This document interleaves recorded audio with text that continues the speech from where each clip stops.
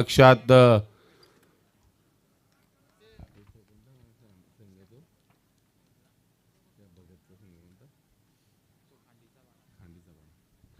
अंबेरपाडा विपक्षात खांडीचा पाडा या संघादरम्यान, कारण तर खांडीचा पाडा या संघाने दुसऱ्या फेरीमध्ये 21 धावा डिपेंड केल्या होत्या 3 षटकांमध्ये, परंतु त्यांनी मागे वळून पाहिलं नाही आणि तिसऱ्या सामन्यामध्ये 2 षटकांमध्ये तब्बल या घरेलू मैदानामध्ये अंबेरपाडा संघासमोर 57 धावा जमवल्या होत्या.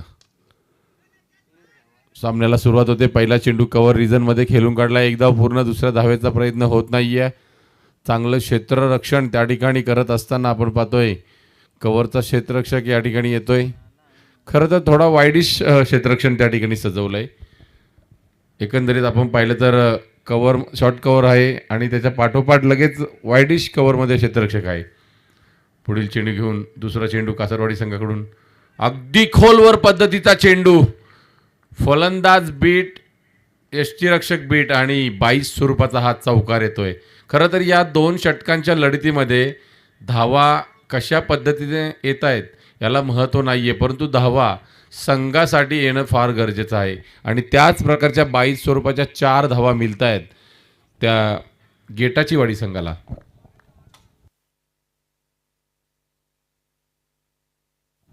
आजच्या या संपूर्ण रजनीमध्ये आमचे दुसरे साथी समालोचक अंकुश निरगुडा यांनी सुद्धा चांगलं समालोचन करत असताना प्रेक्षकांना मंत्रमुग्ध केलं. त्यांना सुद्धा या ठिकाणी सन्मानित करण्याची मी विनंती करतोय. आमचे या स्पर्धेचे मुख्य आयोजक अमरजी लांगे यांना विनंती करतोय की आपल्या शुभ हस्ते त्यांना सन्मानित करायच्या. फलंदाज या ठिकाणी बाद होतोय. चांगला झेल पकडला जातोय. पहिला हादरा लागतोय तो गेटाची वाडी या संघाला 5 या धावसंख्येवरती.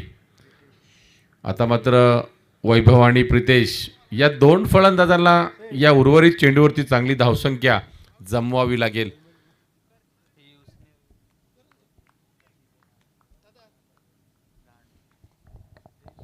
नक्कीच आमचे दोन्ही समालोचक या ठिकाणी चांगलं समालोचन करून आजच्या रात्रीमधून या ठिकाणी रजा घेत आहेत. धन्यवाद. आपण या ठिकाणी नक्कीच आमची प्रेक्षकांची मने जिंकली त्याबद्दल दोन्ही समालोचक आमचे मित्र यांना आपण नक्की सन्मानित करून या ठिकाणी रजा होते. धन्यवाद. पुन्हा एकदा आपण पाहतोय झेल पकडला जातोय लॉंग ऑन रिजनमध्ये. कासारवाडी संघ या सामन्यामध्ये आपली पकड मजबूत करताना आपणास पाहायला मिळत आहेत. खरं तर 2 षटकांची लढत आत्तापर्यंत पहिल्या षटकामध्ये आपण 4 चेंडूवरती 5 धावा या ठिकाणी आपण पाहतो धावफलकावरती लागल्यात 2 गड्यांच्या मोबदल्यात. वैभवला मात्र चांगली फलंदाजी करावी लागेल, परंतु तो नॉन स्ट्राईक एंडवरती आहे.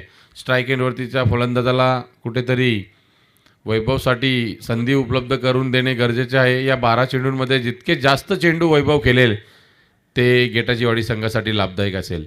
शॉर्ट पिच चेंडू पुल करण्याचा प्रयत्न सक्सेसफुल होत नाही आहे, तरी पण आपण पाहतोय क्षेत्ररक्षक चुकी करतोय आणि अंतिम क्षणी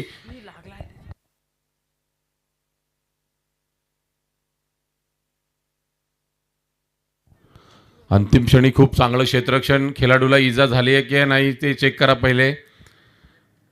खरं तर चौकार त्यांनी अडवण्याचा खूप चांगला प्रयत्न केला. आपण पाहिलं स्क्वेअर लेग रिजनमधला क्षेत्ररक्षक चुकला. त्यानंतर चेंडू अडवण्यासाठी आपण पाहतोय शॉर्ट फाईन लेगचा क्षेत्ररक्षक इतक्या वेगाने धावला आणि तो चेंडू अगदी यशस्वीरित्या त्याने अडवला आणि त्यानंतर मात्र तो रेलिंगवरती धडकलाय.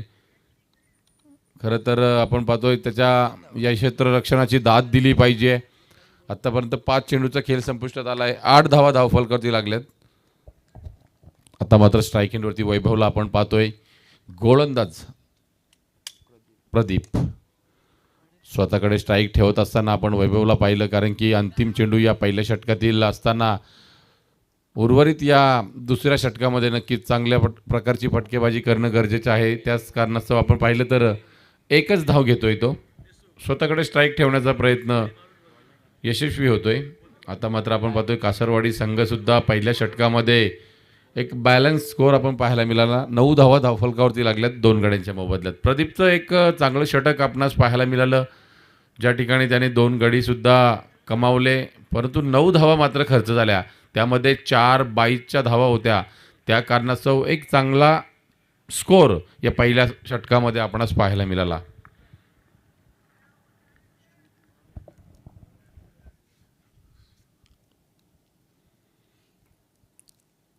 खरं तर आपणास म्हणावं लागेल की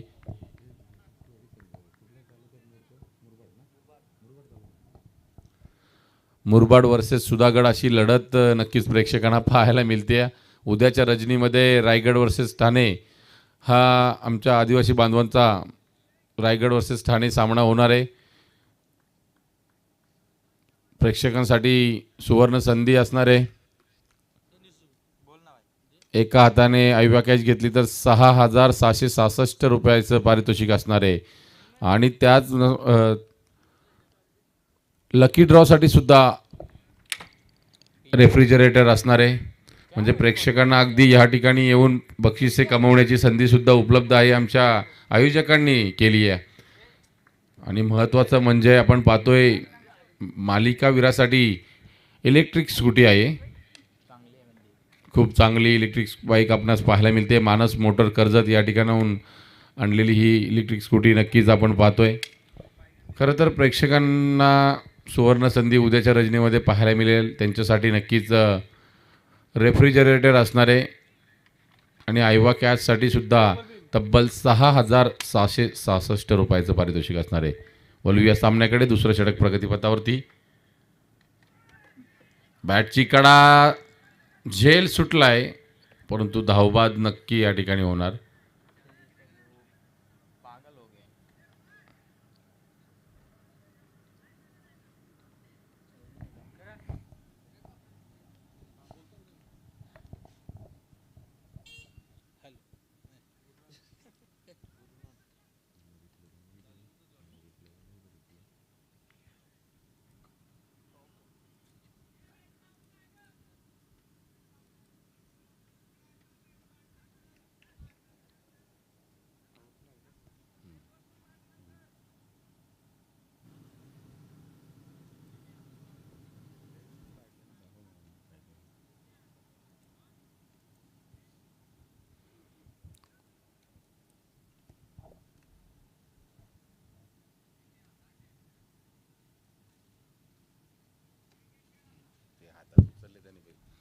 अगदी पंचांचं योग्य निर्णय, कारण की बेल्स त्याने हातामध्ये उचलली होती.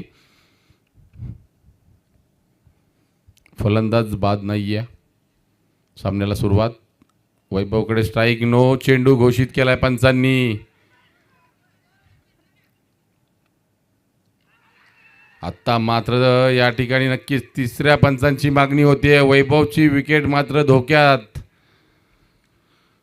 पोचलाय की नाहीये.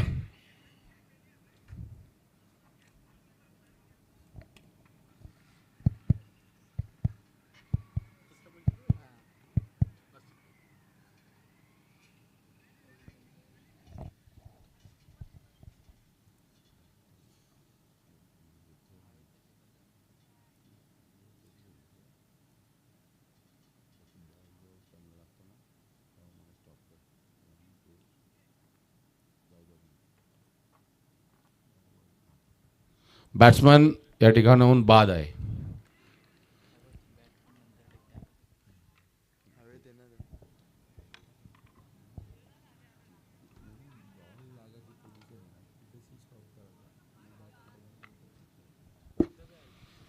वैभवसारखा महत्त्वाचा फलंदाज या ठिकाणी धावबाद होतोय.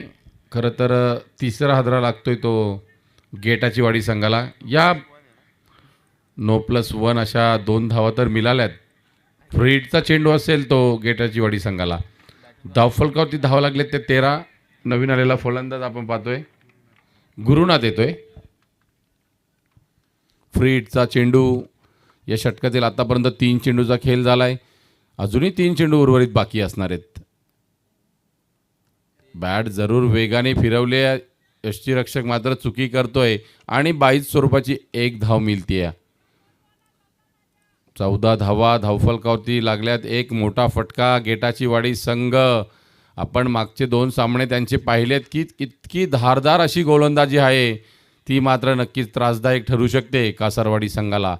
परंतु ती सन्मानजनक स्थिती आतापर्यंत राखली नाही आहे मी तर म्हणेल, कारण की 14 धावा झाल्यात फक्त.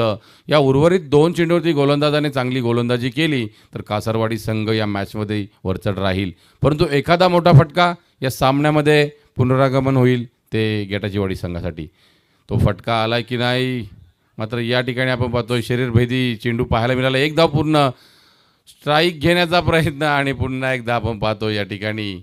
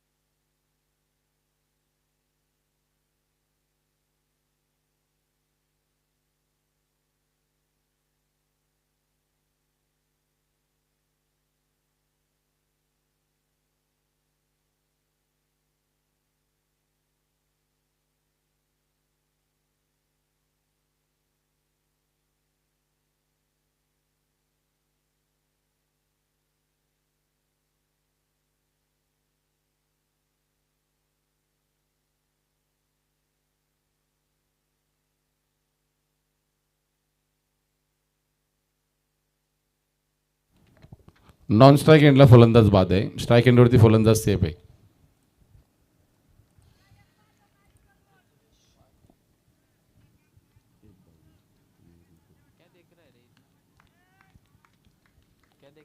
एक धाव मिळते. धावफलकाची धावा लागल्यात त्या 15. अंतिम चेंडू, बॅटची कडा, चांगलं क्षेत्ररक्षण. कदाचित त्या ठिकाणी 4 धावा मिळाल्या असत्या आणि आता मात्र दुसरी धाव मिळणार का. आणि मात्र पुन्हा एकदा आपण पाहतोय धावबादची विकेट.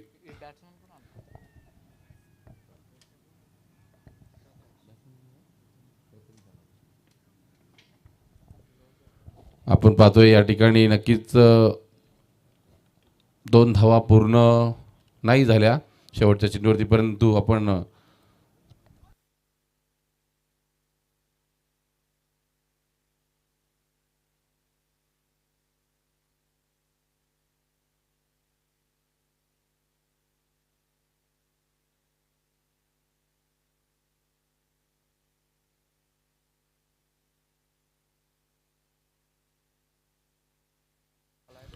एकंदरीत आपण 12 चेंडूंचा खेळ संपुष्टात आला. 16 धावा धावफलकावरती आणि विजयासाठी 17 धावांची गरज आहे. अतिशय तुटपुंज असं आव्हान म्हणता येईल ते बलाढ्य अशा कासारवाडी संघासमोर, परंतु गोलंदाजी सुद्धा सुरेख आहे.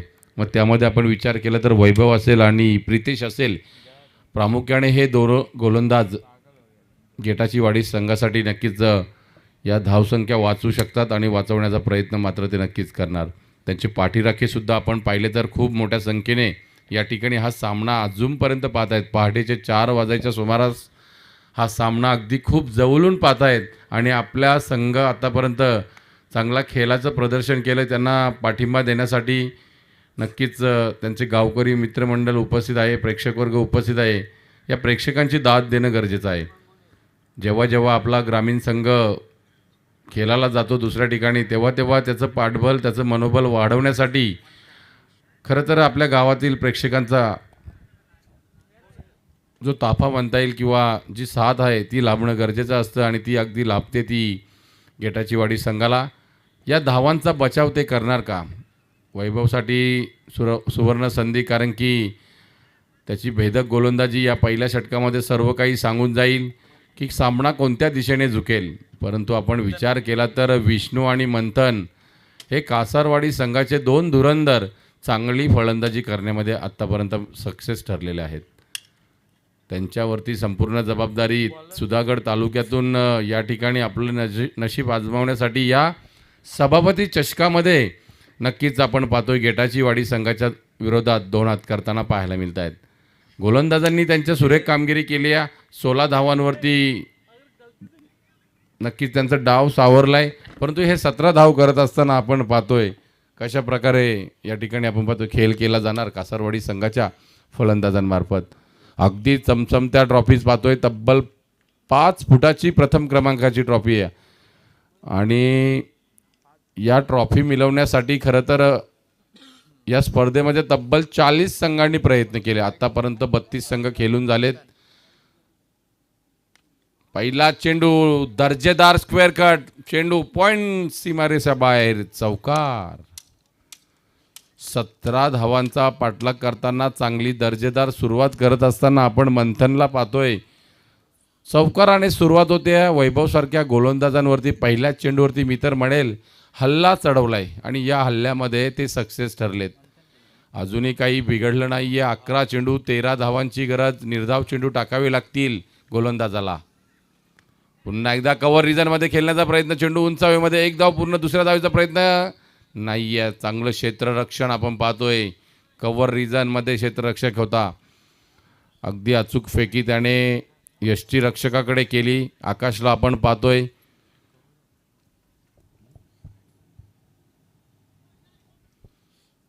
पहिल्या चेंडूवरती चौकार. दुसऱ्या चेंडूवरती एकेरी धाव. एकंदरीत 5 धावा आत्तापर्यंत 2 चेंडूवरती खर्च करतोय गोलंदाज वैभव. पुढील चेंडू वैभवचा. विष्णूसारख्या फलंदाजाची विकेट मिळेल का? परंतु नोमॅन्स लँडमध्ये चेंडू पडला. एक धाव पूर्ण. दुसऱ्या धावेचा प्रयत्न आणि आत्ता मात्र या ठिकाणी नक्कीच धावबाद होतोय. विष्णू मात्र दूर राहिला पॉपिंग क्रीजपासून आणि स्वतःचा या ठिकाणी आपण जीवघेणा बळी या ठिकाणी दिला जातोय धावबाद स्वरूपात. खूप दूरवर फ्रेममध्ये सुद्धा नव्हता विष्णू. इतका दूरवर राहिला आणि यष्टीरक्षकाने अचूकरित्या गॅदरिंग करून चेंडूला यष्ट्यांवरती लावलंय. धावबाद स्वरूपाची पहिली विकेट येते. विकेट खूप महत्त्वाची होती ती विष्णूची, कारण की ज्याने मागील 2 सामन्यामध्ये चांगली फलंदाजी केली होती कासारवाडी संघासाठी तो मात्र बाद होऊन माघारी परततोय आणि आता मात्र समीकरण पाहायला मिळतंय.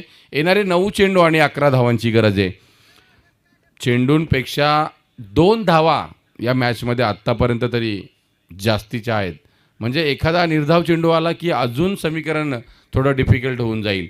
परंतु एखादा चौकार षटकार या मॅचमधली हवा पूर्णपणे बदलून टावेल ती कासारवाडी संघाच्या बाजूने.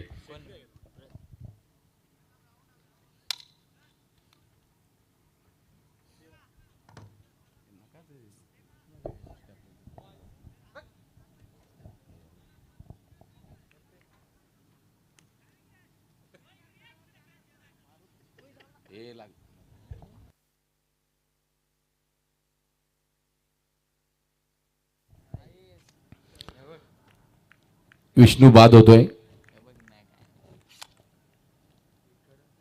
लोअर फुलटॉ चेंडू आपण पाहतोय. शॉर्ट फाईन लेगचा क्षेत्ररक्षक शॉर्ट स्क्वेअर लेगचा क्षेत्ररक्षक पाहत राहिला आणि मात्र या ठिकाणी 2 धावा पूर्ण केल्यात. खरं तर एका फाईन लेगच्या किंवा थर्डमॅनच्या क्षेत्ररक्षकाने चेंडू अडवणं गरजेचं होतं, परंतु दोघे क्षेत्ररक्षक एकमेकाकडे पाहत राहिले आणि दोन्ही फलंदाजांनी मात्र या ठिकाणी 2 धावा यशस्वीरित्या पूर्ण केल्या. 2 धावांच्या मदतीने धावफलक पुढे सरसावत असताना 8 या अंकावरती समीकरण बदललं जात आहे. येणारे 8 चेंडू आणि 9 धावांची गरज. 8 चेंडू 9 धावा. वैभवचा पुढील चेंडू अगदी स्लोअर चेंडू टाकलाय. निर्धाव चेंडू टाकतोय. सामन्यामध्ये कमबॅक करण्याचा जो प्रयत्न आहे वैभवचा तो मात्र अगदी सुरेख आहे. जेव्हा जेव्हा गेटाचेवाडी संघाचा हा फ्रंट लाईन गोलंदाजी करतो मात्र संघाला चांगल्या स्थितीमध्ये आणण्याचं नेहमी काम तो करत असतो. पुन्हा एकदा आपण पाहतोय बघा दिशाहीन चेंडू. आपण त्याची स्तुती केली परंतु त्या स्तुतीनंतर त्याचा दिशाहीन चेंडू पाहायला मिळाला. आता मात्र थोडंसं पारडं जड होतंय कासारवाडी संघाचं, कारण की येणारे 7 चेंडू आणि विजयासाठी मात्र 8 धावांची गरज आहे. शेवटचा चेंडू वैभवचा. आता मात्र सुरेख चेंडू. या ठिकाणी पहिल्या षटकाचा खेळ संपुष्टात आलाय. धावफलकावरती धावा 9 पाहायला मिळत आहेत. येणारे 6 चेंडू आणि 8 धावांची गरज आहे. गोलंदाज प्रितेश मात्र कशा प्रकारे कामगिरी करणार की संघ कर्णधार आणखीन कोणत्या वेगळ्या गोलंदाजाला या ठिकाणी आमंत्रित करणार हे पाहणं सुद्धा गरजेचं असेल, कारण की गेटाचीवाडी संघाचं आपण पाहिलं तर पहिले 2 सामने अगदी एका लाईनमध्ये आपण पाहिलं तर पहिलं षटक होतं वैभवचं, दुसरं षटक प्रीतेशचं, असं एकंदरीत षटक टाकण्यात आलं आणि आपण तेच नक्की सांगतोय की तेच लेन पुन्हा एकदा चालू राहिली आहे. त्याच क्रमाने पुन्हा एकदा गोलंदाज येतोय तो प्रीतेश, कारण की 6 चेंडूमध्ये 8 धावा त्याला वाचवायच्या आहेत आणि ही कामगिरी तो करू शकला तर या सभापती चषकाच्या पर्व पहिलेमधील अंतिम 5 मध्ये तो आपल्या संघाला घेऊन जाईल. एकीकडे कासारवाडी संघ सुधागड तालुक्यातील नामवंत संघ आणि त्यांच्यासाठी सुवर्ण संधी असणारे 6 चेंडूमध्ये 8 धावा त्यांना जमवाव्या लागतील. प्रीतेशचा पहिला चेंडू शॉर्ट पिच होता, पुल केलाय चेंडू मिड विकेट रिजन मध्ये येतोय, वन बाउन्स सीमारेषा पार, चौकार आणि सामन्यातील हवा काढणारा हा चौकार जरूर पाहायला मिळतोय. परंतु मित्रांनो, क्रिकेट असा खेळ आहे की कोणत्याही क्षणी तो बदल घेऊ शकतो, कोणत्याही क्षणी तो रंग बदलू शकतो आणि ते रंग बदलवण्याची क्षमता ही गोलंदाजामध्ये सुद्धा असू शकते. त्याचं चित्र आता मात्र मैदानात पाहायला मिळणार का? प्रीतेशच्या पहिल्या चेंडूवरती चौकार आलाय, समीकरण बदललं जातं. येणारे 5 चेंडू आणि विजयासाठी मात्र 4 धावांची गरज आहे. पहिला चेंडू शॉर्ट पिच होता, पुल केला, पुल सक्सेसफुल झालाय. फलंदाज आपण पाहतोय मंथन याला, मंथनने चांगली फलंदाजी केली. त्याच्या बॅटमधून आतापर्यंत 2 चौकार नक्कीच पाहायला मिळालेत. डावाची सुरुवात करत असताना दोन्ही गोलंदाजाच्या पहिल्या चेंडूवरती मंथनने 2 चौकार लगावलेत. मग वैभवला पण आपण पाहिलं तर पहिल्या चेंडूवरती चौकार लगावला आणि प्रीतेशला सुद्धा त्याच्या पहिल्या चेंडूवरती त्याने चौकार लगावला आहे. खरं तर जेव्हा तुम्हाला मोठा फटका षटकार येत नसेल ना, तर नक्कीच गॅपमध्ये चौकार, दुहेरी धाव, एकेरी धाव अशा प्रकारचं सातत्याने धावफलक हालतं ठेवणं गरजेचं असतं. 5 चेंडू 4 धावांची गरज आहे. अगदी चेंडू खेळून काढलाय मिड विकेटला, 1 धाव पूर्ण, चांगलं क्षेत्ररक्षण वैभव करतोय. अगदी फेकीसुद्धा अचूकरित्या तो यष्टीरक्षकाकडे करतोय. आता मात्र 1 धाव मिळते. समीकरण आपण पाहतोय. येणारे 4 चेंडू आणि 3 धावांची गरज. गोलंदाज प्रीतेशला या ठिकाणाहून निर्धाव चेंडू टाकावे लागतील. हे निर्धाव चेंडू गडी बाद हे खूप महत्त्वाचं असणार आहे ते गेटाची वाडी संघाला.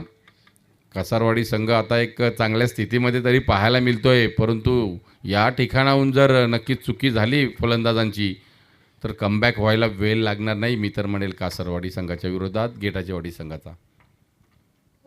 आणि आपण पाहतोय कासारवाडी संघसुद्धा इतक्या दूरवरून खेळायला आलाय, म्हणजे नक्की त्यांच्यामध्ये सुद्धा एक गेम प्लॅनिंगने ते या मैदानामध्ये आपलं नशीब आजमावण्यासाठी उतरलेत आणि ते प्लॅनिंगनुसारच या मैदानामध्ये या अंतिम मॅचमध्ये खेळताना पाहायला मिळाले. आत्तापर्यंत तरी सर्व सुरळीत चाललं आहे, परंतु कधी काय घडेल, एखादा निर्धाव चेंडू, एखादी विकेट या सामन्यामध्ये पुन्हा एकदा गेटाची वाडी संघाला पुनरागमन करून देईल. आता मात्र क्षेत्ररक्षणाची व्यूहरचना आपण पाहू शकता. तो निर्धाव चेंडू येणार नाहीये, चांगला फटका, खराब क्षेत्ररक्षण, 1 धाव पूर्ण, दुसऱ्या धावीचा प्रयत्न आणि दुसरी धाव घेताना फलंदाज मंथन होतोय बाद. खरं तर महत्त्वाचा फलंदाज मंथन बाद झालाय. त्यांनी वैयक्तिक आपण पाहिलं तर 10 धावा या मॅचमध्ये, म्हणजे 17 मधील 10 धावा त्यांनी वैयक्तिक कुठल्यात आणि तो धावबाद होतोय. खरं तर आतापर्यंत अजूनही आपण पाहिलं तर येणारे 3 चेंडू आणि विजयासाठी मात्र 2 धावांची गरज आहे.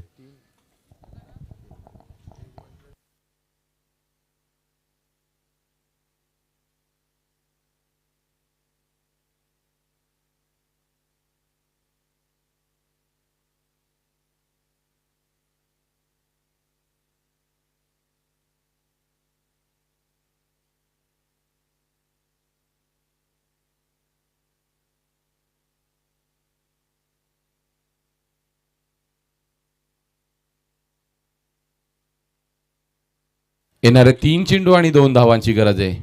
फलंदाज आपण स्ट्राईक एंडवरती पाहतोय प्रदीप.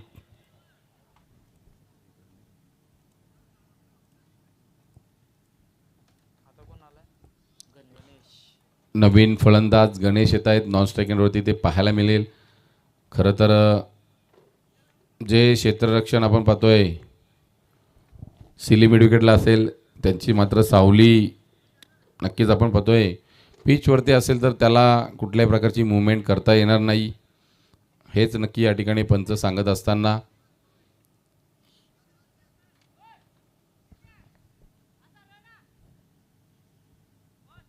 3 चेंडू 2 धावांची गरज. खूप वेगवान चेंडू आणि आता मात्र पुन्हा एकदा धावबाद. आता मात्र खूप निर्णायक चेंडू आपणास पाहायला मिळाला आहे. तिसऱ्या पंचांची मागणी होते, कदाचित हा चेंडू वाईट स्वरूपाचा आहे की नाही हे पाहणं गरजेचं आहे.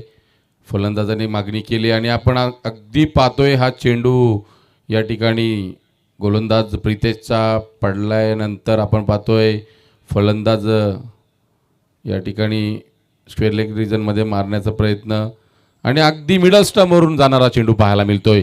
वैधरित्या टाकलेला चेंडू आणि समीकरण बदललं जात आहे. 2 चेंडू आणि 2 धावांची गरज. बघा, सामना पलटायला वेळ लागत नाही आणि तोच चेंडू मात्र या ठिकाणी प्रितेशने टाकलाय आणि समीकरण अगदी पाहतोय 2 चेंडू 2 धावांची गरज.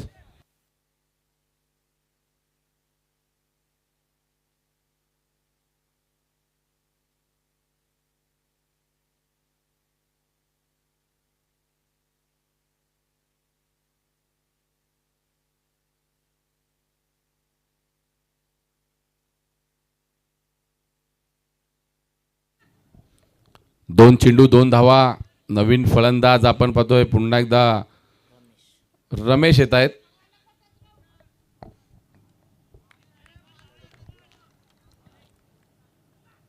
वेगवान चेंडू, डॉट चेंडू म्हणजे धाव नाहीये. स्ट्राईक एंडवरती रमेशच पाहायला मिळेल.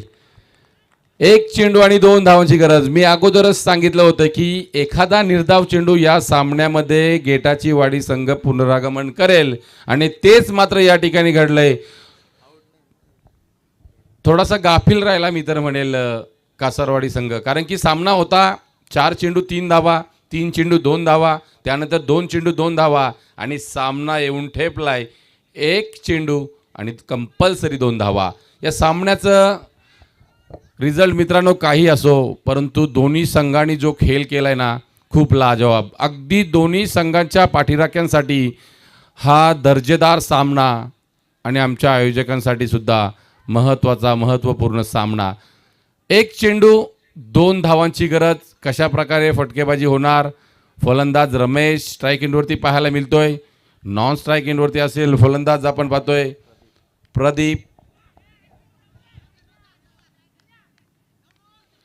कशा प्रकारचा चेंडू, कोणता संघ विजय होणार. गेटाची वाडी की कासारवाडी, सुधागड तालुका किंवा मुरबाड तालुका, कोणता संघ विजयी होणार. चेंडू येतोय लॉंग ऑन रिजन मध्ये, क्षेत्ररक्षण होतंय खराब आणि विजयी होतोय कासारवाडी संघ.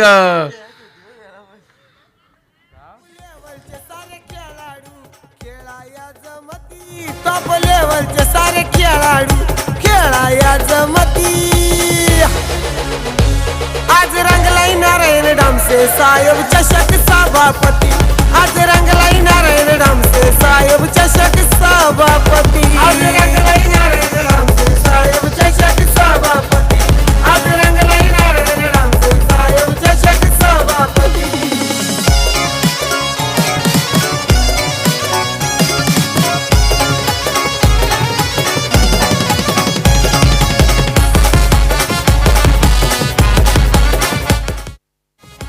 डीजे थोडं थांबा. खरं तर विचार पडले मॅन ऑफ द मॅच कोणाला द्यायची, परंतु ज्या मंथनने एका षटकामध्ये 6 धावा खर्च केल्या आणि फलंदाजी करत असताना 4 चेंडूमध्ये 10 धावा जमवल्या, तो मंथन ठरतोय मॅन ऑफ द मॅच.